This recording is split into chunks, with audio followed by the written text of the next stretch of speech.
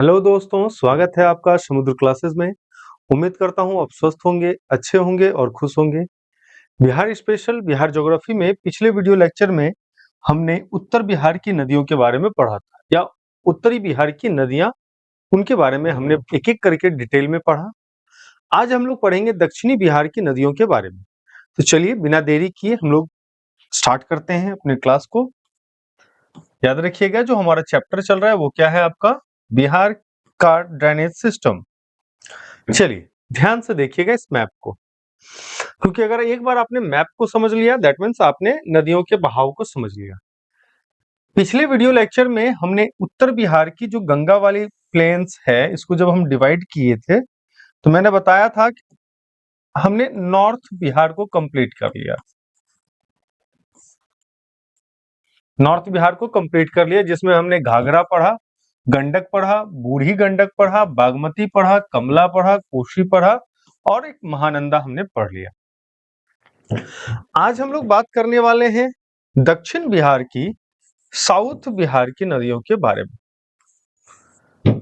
उत्तर बिहार में जितनी भी नदियां थी वो हिमनद के साथ साथ मानसूनी भी थी, लेकिन जब हम बात करते हैं साउथ बिहार की नदियों के बारे में तो प्रत्येक नदी जो है वो सीजनल होती है।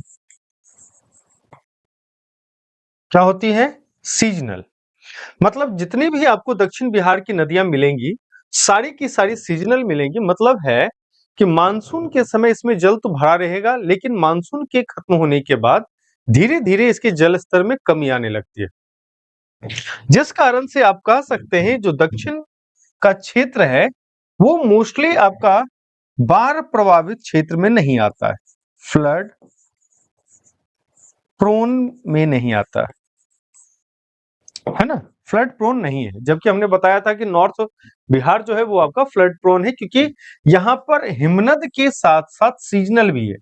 हिमनद मतलब हो गया 12 मास से 12 मास तक इसमें जल भरा रहेगा। रीजन है हिमालय से आने वाली नदियों का, क्योंकि वहां पर ग्लेशियर्स पिघलते हैं और इसी ग्लेशियर के पिघलने से इन नदियों का निर्माण हुआ। और साथ ही साथ एक तो यहां से आ ही रहा है, साथ ही साथ मानसून में बरसात का जो पानी है वो भी इसमें भर जाता है, जिससे जो लेवल था वो लेवल इंक्रीज कर जाता है, जिससे बाढ़ की संभावना बढ़ जाती है। क्योंकि इस समय देखिएगा कि नॉर्थ बिहार में जब मानसून का समय आता है, मानसून का समय आता है उस समय आप कह सकते हैं कि उत्तर बिहार में उससे पहले गर्मी होती है, हीट वेव्स होते हैं, जिस कारण से आप कह सकते हैं कि गर्मी होने के कारण बर्फ की पिघलना जो है, बर्फ का पिघलना भी तेजी से होता है। बिहार में तो नहीं है, लेकिन बिहार के पीछे ही तो है हिमालय, मतलब नेपाल, यहाँ पे नेपाल के पास से गया हुआ है, तिब्बत के पास से गया हुआ है। तो कहीं ना कहीं इन सब नदियों में गर्मी के कारण भी जल का स्तर बढ़ जाता है, और साथ ही साथ मानसून के पानी के का जो है स्तर भी बढ़ जाता है, जिस कारण उत्तर बिहार की नदियां जो है कह सकते हैं फ्लड प्रोन में से आता है। उसके बाद अगर हम दक्षिण बिहार की बात करते हैं, दक्षिण बिहार में बस सीजनल टाइम में पानी आएगा। इसमें जो मुख्य नदियां हैं वो कर्मनासा है, सोन है, पुनपुन है, फल्गु है, सकरी उतना इंपॉर्टेंट नहीं है, क्यूल थोड़ा बहुत, अजय एक चंदन नदी होता है। ये 4-5-6 नदियां हैं जो थोड़ा बहुत जानने योग्य है। इसमें से जो मुख्य नदी है कर्मनासा, सोन, पुनपुन और फल्गु, यही 4 नदियों के बारे में मेनली जो है परीक्षा में कई बार पूछा जाता है। बाकी नदियों के बारे में उतना नहीं पूछा जाता है। तो हम लोग एक एक करके देखते हैं इन नदियों के बारे में कि जो दक्षिण बिहार की नदियां हैं उनमें क्या क्या खासियत है। तो टॉपिक लिख लीजिएगा, आप लोग नोट्स भी बनाते चलिएगा मेरे साथ साथ। आज का जो टॉपिक है दक्षिण बिहार की नदियां, रिवर्स ऑफ साउथ बिहार। तो पहले हम लोग पढ़ेंगे कर्मनासा नदी। कर्मनासा, कर्मनासा नदी जैसे नाम ही डिनोट कर रहा है, कर्म और नास से बना हुआ है। मतलब ऐसी नदी जिसमें डुबकी लगाने से आपका कर्म जो है, आपका जो अच्छा कर्म है वो नष्ट हो जाता है, इसीलिए इसे कर्मनासा नदी कहा गया है। ये एक अपवित्र, क्या है, अपवित्र नदी में से काउंट में आता है। कौन सी नदी? कर्मनासा नदी जो है अपवित्र नदी के काउंट में आता है। आप कह सकते हैं कर्मनासा जो है अपवित्र नदी माने जाती है। कहता है इस नदी का जो उत्पत्ति है, यह जो उद्गम है वो बिहार से ही हुआ है। मतलब कह सकते हैं कि उत्पत्ति बिहार के कैमूर जिले में होती है। उत्पत्ति भी बिहार में ही होता है, लेकिन बिहार में कैमूर जिले से, कैमूर की पठारियों से उत्पत्ति के बाद जो है वो उत्तर प्रदेश की ओर जाती है। उत्तर प्रदेश और बिहार के साथ वो सीमा बनाती है। सीमा बनाते हुए गंगा में, जहां से गंगा बिहार में इंटर करती है बक्सर के चौसा से, वहीं पर जो है जाके ये जो है चौसा में गंगा नदी में मिल जाती है। कर्मनाशा कहने का मतलब है कि कर्म का नाश करने वाला, अर्थात ये एक अपवित्र नदी के रूप में जाना जाता है। देखिए क्या कहता है, इसकी उत्पत्ति कहां से हुई? बिहार के कैमूर जिले में इसकी उत्पत्ति होती है, या और फिर यह बहते हुए बिहार व उत्तर प्रदेश के साथ सीमा निर्धारित करती है या सीमा बनाती है। साथ ही साथ कहता है उत्तर प्रदेश के गाजीपुर जिले के बड़ा गांव, है ना, उत्तर प्रदेश का गाजीपुर जिला जहां पर के गांव है बड़ा गांव। उसके बाद बिहार का बक्सर जिला जहां पर के गांव है चौसा गांव। इन्हीं गांव के बॉर्डर के पास, याद रखिएगा, बॉर्डर के पास जो है गंगा में कर्मनाशा नदी का विलय हो जाता है, या फिर आप कह सकते हैं गंगा नदी जो है, या गंगा नदी में कर्मनाशा नदी अपना डेस्टिनेशन, अपना जो क्या कहते हैं विलय स्थान है वो पूर्ण कर लेता है। इस नदी का उद्गम जो है किस चट्टान से हुआ है? तो कैमूर की जो पठारी है, कैमूर का जो जिला है, वहां पर कौन सी चट्टानें हैं? तो याद होगा मैंने बताया था विंध्यन क्रम की चट्टानें हैं, और इसी विंध्यन क्रम की चट्टान से इसका उद्गम होता है। कहां पर? सरोदाग, सरोदाग जो कि कहां पर है? कैमूर में। ठीक है, तो चलिए आगे बढ़ते हैं और बात करते हैं दूसरी नदियों में। अगली जो नदी है वो है हमारी सोन नदी, जिसको कि सोनभद्र भी कहा जाता है। इसका नाम, दूसरा नाम सोनभद्र भी है, और एक पवित्र नदी के रूप में जाना जाता है। दक्षिण बिहार की एक पवित्र नदी है जिसका नाम है सोन नदी, है ना। कहता है सोन नदी भारत के मध्य भाग में बहने वाली एक नदी है। कहां पे बहती है? मध्य भाग में बहती है। देखिएगा इस सोन नदी को सोनभद्र शिला के नाम से भी जाना जाता है। किस नाम से जाना जाता है? याद रखना है अपने को, सोनभद्र शिला के नाम से भी जाना जाता है। और इसका जो उद्गम है वो मध्य प्रदेश के अनूपपुर जिले में, याद रखिएगा, मध्य प्रदेश एक राज्य है, भारत का एक राज्य है, जहां पर एक जिला है अनूपपुर। इस अनूपपुर जिले में एक अमरकंटक के पास से उत्पन्न होती है। कहां से उत्पन्न होती है? अमरकंटक के पास से उत्पन्न होती है, जो विंध्याचल पहाड़ियों में, क्या है? विंध्याचल पहाड़ियों में नर्मदा नदी स्रोत स्थल से पूर्व में स्थित है। कहां पर स्थित है? तो विंध्याचल जो पर्वत है, विंध्याचल जो पहाड़ी है, उसमें जो नर्मदा नदी का स्रोत स्थल है उससे पूर्व इसकी उद्गम स्थिति है। कहां पे? अमरकंटक के पास से उत्पन्न होती है। इतना ही ध्यान रखना है कि मध्य प्रदेश के अनूपपुर जिले के अमरकंटक से इसका उत्पन्न, ये नदी जो है इसका उद्गम होता है। ये भी एक सीजनल नदी है, ये भी एक बरसाती नदी होती है, जिसमें कि वर्षा में इसमें जलस्तर बढ़ता है। यह उत्तर प्रदेश और झारखंड राज्यों से गुजरकर बिहार के पटना जिले में गंगा नदी में विलय होती है। पटना में जो है ये गंगा नदी में विलय होती है। कौन सी नदी? सोन नदी जो है गंगा नदी में पटना में आके विलीन हो जाते हैं या अपना डेस्टिनेशन पूरा करती है। इस नदी पर ही, याद रखिएगा, इस नदी पर ही एक लंबा पुल, लगभग 3 मील लंबा, जिसका नाम है डिहरी ऑन सोन पर बना हुआ है। कहां पर बना हुआ है? डिहरी ऑन सोन पर बना हुआ है, जो कि एक लंबा पुल है जो कि 3 माइल का है। याद रखिएगा 1600 मीटर लगभग होता है, 1 माइल में 1600 मीटर, 1648, 5.5 किलोमीटर के आसपास का है ना। दूसरा पुल पटना और आरा, दूसरा पुल कहां है?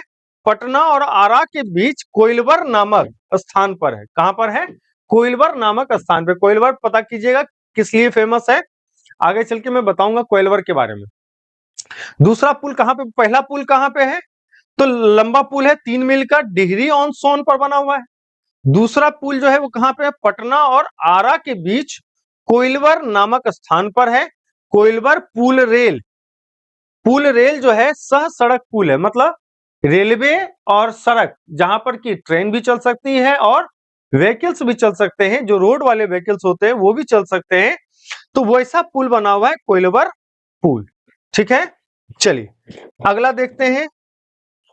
चलिए, इस नदी पर जो तीसरा पुल है वो ग्रैंड ट्रंक पर बनाया गया। कहां पर? ग्रैंड ट्रंक रोड पर बनाया गया है। कब? 1965 ईस्वी में यह पुल तैयार हो गया। कब तैयार हुआ था? 1965 ईस्वी में यह पुल तैयार हो गया। तो याद रखिएगा, इस नदी पर तीसरा पुल जो है, तीन पुल तो, दो पुल तो हो गए, तीसरा जो है ग्रैंड ट्रंक रोड पर बनाया गया जो 1965 ईस्वी में। पहले एक डिहरी ऑन सोन हो गया, दूसरा कोइलवर पुल हो गया, तीसरा जो है ग्रैंड ट्रंक रोड पुल हो गया जो कि 1965 ईस्वी में पुल तैयार हो गया। तीसरा पॉइंट क्या कहता है? यह नदी कैमूर पठारी और छोटा नागपुर पठार के को अलग अलग करती है। याद रखिएगा, सोन नदी जो है, जब देखिएगा कि रोहतास कैमूर के पास जो है ये दक्षिणी भाग है, तो सोन नदी जो है यहाँ पे कैमूर की पठारी और ये छोटा नागपुर के पठार के प्लेट्यू को, दोनों को अलग करने का भी काम करती है। कौन सी नदी? तो सोन नदी। याद रखिएगा, सोन नदी पर इंद्रपुरी बैराज सोन नदी पर है, इसे डेहरी बैराज भी कहा जाता है। इंद्रपुरी बैराज कहां पर है?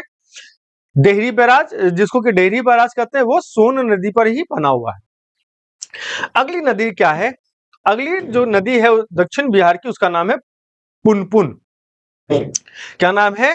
पुनपुन नाम है। इस पुनपुन नदी का जो उद्गम है वो झारखंड राज्य के पलामू जिले में से होती है। अब यहाँ पर क्या है, कौन सा पठार है? तो याद रखना है, दिमाग में अपने पास आइडिया आएगा कि यहाँ पर क्या है, झारखंड में छोटा नागपुर का पठार है। तो पुनपुन नदी का उद्गम, मैंने बताया था कि मैक्सिमम जितनी भी नदियां हैं दक्षिण बिहार की, या तो छोटा नागपुर के पठार से उसका उद्गम होगा या फिर विंध्यन क्रम की चट्टानों से उसका उद्गम होगा। तो पहला जो नदी हमने देखा था उसका उद्गम कहां से था? तो छोटा नागपुर के पठार से, सॉरी क्या कहा था, विंध्यन क्रम की चट्टानों कैमूर से हुआ था कर्मनाशा नदी का उद्गम। फिर वो उत्तर प्रदेश गया, फिर बॉर्डर बनाया, फिर चौसा में मिल गया। उसके बाद सोन नदी को जब हम देख रहे हैं तो ये मध्य प्रदेश में अमरकंटक वाला जो क्षेत्र है वहां से इसका उद्गम होता है, मतलब वो भी विंध्यन क्रम की चट्टानों से इसका उद्गम होता है। फिर उसके बाद झारखंड और यूपी होते हुए बिहार में एंटर करती है। उसी तरह से पुनपुन नदी भी देखिएगा, ये कहां से उद्गम होगा? जैसे जैसे हम इस पार्ट से, उत्तर प्रदेश से जो पश्चिम से पूर्व की ओर आएंगे तो देखिएगा जितनी भी नदियां होंगी, अभी पश्चिम में था हमारा कर्मनाशा, उसके बाद सोन, उसके बाद पुनपुन, उसके बाद फल्गु, है ना, उसके बाद क्यूल, चंदन, अजय, ये सारी नदियां हैं। तो ध्यान से देखिएगा, जैसे जैसे हम वेस्ट से ईस्ट की ओर आएंगे तो जो वेस्ट की नदियां हैं वो आपकी कर्मनाशा, सोन जो है वो विंध्यन क्रम की चट्टानों से अवतरित हुई है, लेकिन बाकी जो नदियां हैं लगभग छोटा नागपुर के पठार से इसका उद्गम होता है। अब हम देख रहे हैं पुनपुन नदी का, तो पुनपुन नदी का उद्गम जो है झारखंड राज्य में आ जाते हैं। तो झारखंड राज्य में एक पलामू जिला है, वहां से छोटा नागपुर का पठार है, उससे जो है इसका ये नदी उत्पन्न होती है, या इस जगह पर इस नदी का उद्गम स्थल है। कहता है कि यह नदी बिहार में गया जिले से प्रवेश करती है। कहां से प्रवेश करती है? तो गया जिले से प्रवेश करती है। और कहता है कि झारखंड के ही पलामू जिले और फिर बिहार के औरंगाबाद जिले, गया जिले और पटना जिले से गुजरती हुई फतुहा में क्या होती है? गंगा नदी में अपना डेस्टिनेशन पूरा कर लेती है। मतलब ये गंगा नदी में फतुहा में जाके मिल जाता है। कहां से निकला? पलामू जिला से निकला, औरंगाबाद, गया और पटना होते हुए फतुहा में जाकर गंगा नदी में मिल जाती है। कौन सी नदी है? आपकी पुनपुन नदी है। ठीक है, चलिए आगे बढ़ते हैं। अब है आपकी फल्गु नदी।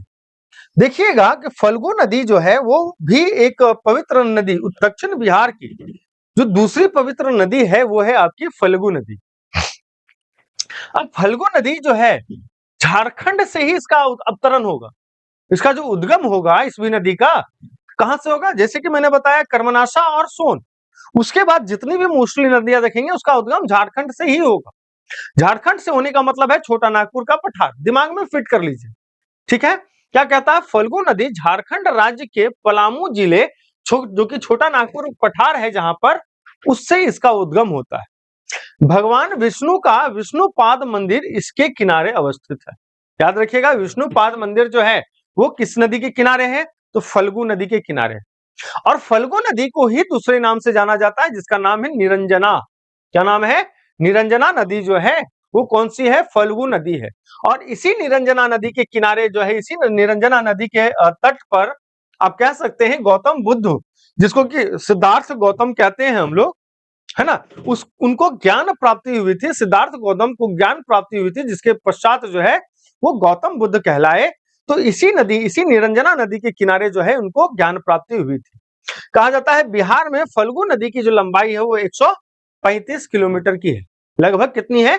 135 किलोमीटर की लंबाई है। यह नदी गया के समीप लीलाजन नदी, एक नदी है गया के समीप लीलाजन नदी और मोहाना नदी के संगम से आरंभ होती है और इसकी धाराएं अंत में पुनपुन नदी में विलय हो जाती है। देखिए ये सीधा गंगा में नहीं मिल रही है, किसमें मिल रही है? पुनपुन। अब पुनपुन कहां पे मिलेगी? तो पुनपुन फतुआ में मिलेगी, गंगा में, है ना। तो कहां पे मिल रही है? पुनपुन नदी में विलय हो जाती है, जो स्वयं गंगा नदी का एक उपनदी है। तो याद रखिएगा जो फल्गु नदी है वो किसके लिए सहायक हो गया? पुनपुन के लिए सहायक हो गया, जो कि बाद में गंगा की वो सहायक नदी बनी, है ना। तो याद रखना है अपने को, कुछ कुछ इंपॉर्टेंट पॉइंट्स हैं जो कि आपको एकदम रट जाना है, जो कि आपको हेल्प करेगा आगे एग्जामिनेशन में। अगला जो है वो लास्ट नदी है हमारा क्यूल नदी। क्यूल नदी, दिमाग लगाइए, छोटा नागपुर का पठार, फिर से झारखंड राज्य में गिरिडीह जिला है, वहां से इस नदी का उद्गम होता है। कौन सा नदी? क्यूल नदी। अब इसी क्यूल नदी पर देखिएगा, यह बिहार के शेखपुरा, जमुई, लखीसराय जिलों से होकर बहती है और बिहार के सूरजगढ़ा के पास जो है ये गंगा नदी में विलीन हो जाती है, गंगा नदी में ये मिल जाती है, अपना डेस्टिनेशन पूरा करती है।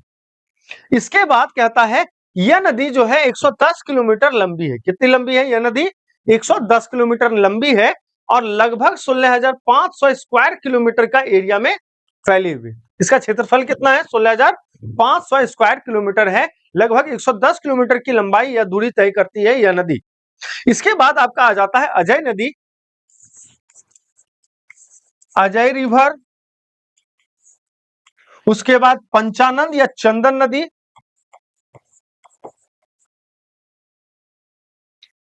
ना। ये और नदियां होती है, छोटी मोटी ढेर सारी और नदियां हैं जिसको कि मैंने कवर नहीं किया। रीजन है कि ये सारे बटन लेने की जरूरत नहीं है आपको, जितनी आवश्यकता है उतना जान लेना ही बेहतर होता है ना। क्योंकि बदुआ नदी और भी कई सारी नदियां हैं, अजय हो गया, चंदन हो गया, बदुआ हो गया, है ना। तो इतना आवश्यकता नहीं है, जो परीक्षा के दृष्टिकोण से महत्वपूर्ण हो उसे हम लोग अच्छी तरह से जान लेते हैं। तो ये जो वीडियो है हमारा वो नदी का, बिहार की नदियों पर आखिरी वीडियो था। अब आगे हम लोग बात करेंगे बिहार में जो सॉइल है, मिट्टी है, वो कितने प्रकार की बिहार में मिट्टियां पाई जाती है या types of soil in Bihar के बारे में हम लोग अगले वीडियो से पढ़ेंगे। तब तक इस वीडियो को देखिए। अगर अभी तक आप इस वीडियो में बने हुए हैं और अभी तक आपने इस चैनल को सब्सक्राइब नहीं किया तो नीचे सब्सक्राइब का बटन है, उसको जल्दी से जल्दी प्रेस कर दें। साथ में बेल आइकन भी प्रेस करें, क्योंकि जैसे ही अपडेट आएगा वो आपको मिलता रहेगा। साथ में कोई भी अगर सुझाव हो आपके मन में, वो सुझाव हमारे कमेंट बॉक्स में आप डाल सकते हैं। कमेंट बॉक्स सभी के लिए फ्री है, आप खुला हुआ है, ओपन प्लेटफॉर्म है। आप कभी भी कभी कहीं से भी आप कमेंट कर सकते हैं, बता सकते हैं अगर किसी प्रकार की कोई सुधार की आवश्यकता हो या किसी प्रकार का कोई सुझाव हो। तब तक इस वीडियो को देखिए, मजे कीजिए, खुश रहिए, पढ़ाई में लगन लगाइए। जय हिंद, जय Bharat. Thank you so much.